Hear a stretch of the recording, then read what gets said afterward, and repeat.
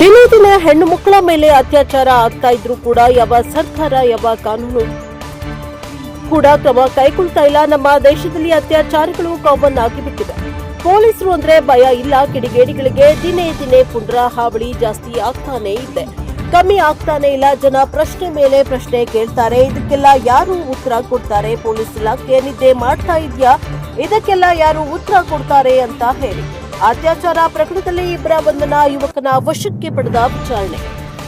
ಹೆಣ್ಮಕ್ಳೇ ಎಚ್ಚರ ಎಚ್ಚರ ಎಚ್ಚರ. ಪ್ರೀತಿ ಪ್ರೇಮದ ಬಲೆಗೆ ಬಿದ್ದು ಮೋಸ ಹೋಗ್ಬೇಡಿ. ಅಕ್ಕಪಕ್ಕ ಹುಡುಗರು ಆಗಿರ್ಲಿ, ಮುದುಕರೇ ಆಗಿರ್ಲಿ,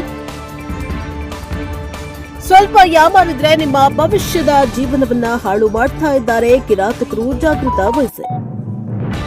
ಬೆಂಗಳೂರಿನ ಕಾಲೇಜು ವಿದ್ಯಾರ್ಥಿನಿಯನ್ನ ಪಾರ್ಟಿಗೆ ಕರೆದೊಯ್ದು ಅತ್ಯಾಚಾರವೆಸಗಿದ ಆರೋಪ ಪ್ರಕರಣದಲ್ಲಿ 3 ಯುವಕರನ್ನ ಬಂಧಿಸಿರುವ ಎಚ್ಎಸ್ಆರ್ ಲೇಔಟ್ ಠಾಣೆ ಪೊಲೀಸರು ಮತ್ತೊಬ್ಬ ಯುವಕರನ್ನ ವಶಕ್ಕೆ ಪಡೆದು ವಿಚಾರಣೆಯನ್ನ ನಡೆಸ್ತಾ ಇದ್ದಾರೆ.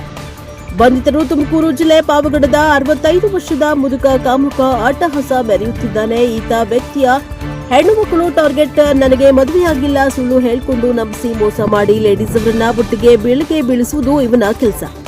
ಎಲ್ಲಿ ಆಂಟಿಯರು ಕಾಣ್ತಾರೆ ಅವರ ಮೊಬೈಲ್ನಲ್ಲಿ ಬಿಎಫ್ ಫೋಟೋ ಹಿಡ್ಕೊಂಡು 65 ಲಕ್ಷ ಕೊಟ್ರೆ ಡಿಲೀಟ್ ಮಾಡ್ತೀನಿ, ನಿನ್ನ ಮಾನ ಮರ್ಯಾದೆ ಕಳಿತೀನಿ, ಬ್ಲಾಕ್ ಮೇಲ್ ಮಾಡಿ ಟಾರ್ಗೆಟ್ ಸಂಪಾದನೆ ಮಾಡ್ತಾನೆ. ಕಿರಾತಕ ಪಾವಗಡದ ನಿಂಗಪ್ಪ ಈತ ವ್ಯಕ್ತಿ. ಕೆಲಸ ಮಾಡೋದ್ರಲ್ಲಿ ನಂಬರ್ 1 ಅನಿರುದ್ಧ ಎಂಬಾತನನ್ನ ವಶಕ್ಕೆ ಪಡೆದು ವಿಚಾರಣೆಯನ್ನ ನಡೆಸ್ತಾ ಇದ್ದಾರೆ. ಈತ ಸಹ ಪಾರ್ಟಿಯಲ್ಲಿ ಭಾಗಿಯಾಗಿರುವುದು ತನಿಖೆಯಿಂದ ಗೊತ್ತಾಗಿದೆ. ಜೂನ್ 5ರಂದು ರಾತ್ರಿ ಜಕ್ಕೂರಿನ ವಿಲ್ಲಾವೊಂದರಲ್ಲಿ 19 ವರ್ಷದ ವಿದ್ಯಾರ್ಥಿನಿ ಮೇಲೆ ಅತ್ಯಾಚಾರವೆಸಗಿದ ಆರೋಪದ ಮೇಲೆ ಆರೋಪಿಗಳಿಬ್ಬರನ್ನ ಬಂಧಿಸಲಾಗಿದೆ. ಆರೋಪಿಗಳು ಪಾರ್ಟಿ ಹೆಸರಿನಲ್ಲಿ ಯುವತಿಯರನ್ನ ಕರೆಸಿ ದೌರ್ಜನ್ಯವೆಸಗಿರುವ ಅನುಮಾನವಿದೆ. ಜೊತೆಗೆ ಮಾದಕ ವಸ್ತು ನೀಡಿರುವ ಶಂಕೆ ಇದೆ.